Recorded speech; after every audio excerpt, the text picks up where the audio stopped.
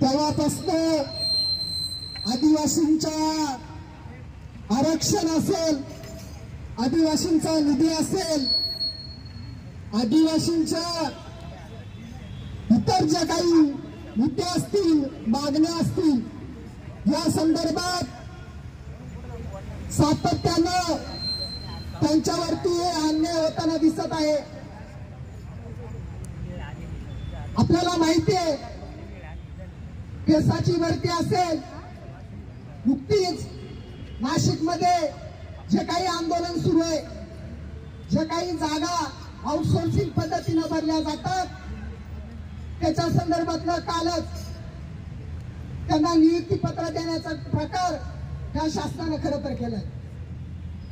एकीकडे आपण आपल्या ज्या काही जागा आहेत त्या भरल्या जाव्या त्याच्यासाठी लढा देतोय, पण दुसरीकडे शासन वेगवेगळ्या पद्धतीनं आदिवासींच्या जागा कशा भरल्या जाणार नाही त्याच्याकडे पाहते.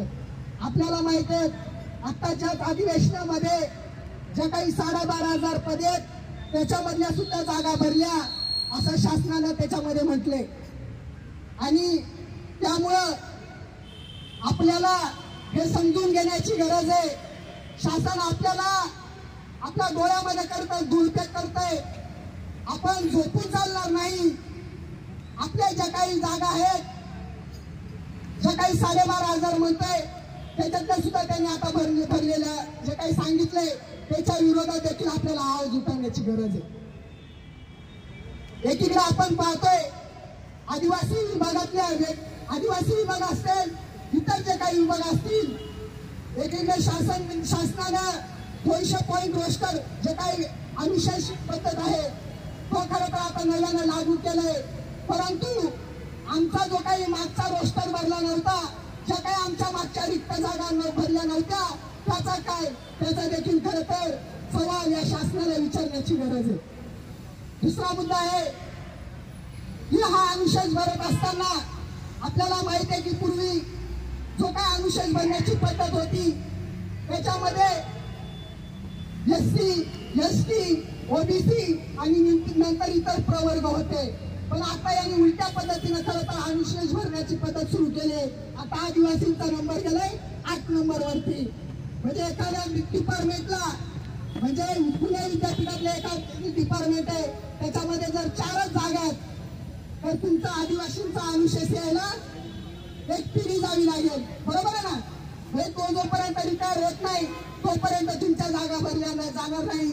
त्यामुळं ही जी काही शासनाने ज्या पद्धतीनं एकीकडे आरक्षणासाठी आपण मागतोय, आरक्षण मिळालंच पाहिजे, परंतु दुसऱ्या बाजूनं आरक्षण संपवण्याची जी काही पद्धत शासनाने लागू केले त्याला देखील आपल्याला विरोध करण्याची गरज आहे. मला वाटतं हे सगळे मुद्दे आपण आज वेगवेगळ्या जिल्ह्यामधून आपण सगळे बहुतांश आलेलो आहोत. हा मुद्दा तिथे घेऊन जाण्याची गरज आहे आणि ज्या काही रिक्त जागा आहेत, ज्या काही आदिवासींची जी काही भरती आपण म्हणतो, ज्या बोगसांनी पळवलेल्या जागा आहेत, त्या दोन्ही जागांसाठी दोन्ही पार्टीवरती आपल्याला संघर्ष करण्याची गरज आहे. मला वाटतं आपण सगळा हा मुद्दा महाराष्ट्रभर घेऊन जाऊया आणि त्याशिवाय खरं तर आपल्याला ही लढाई तोपर्यंत हा मुद्दा सुटणार नाही आणि तोपर्यंत आपल्या लढाईला खरं तर यश येणार नाही.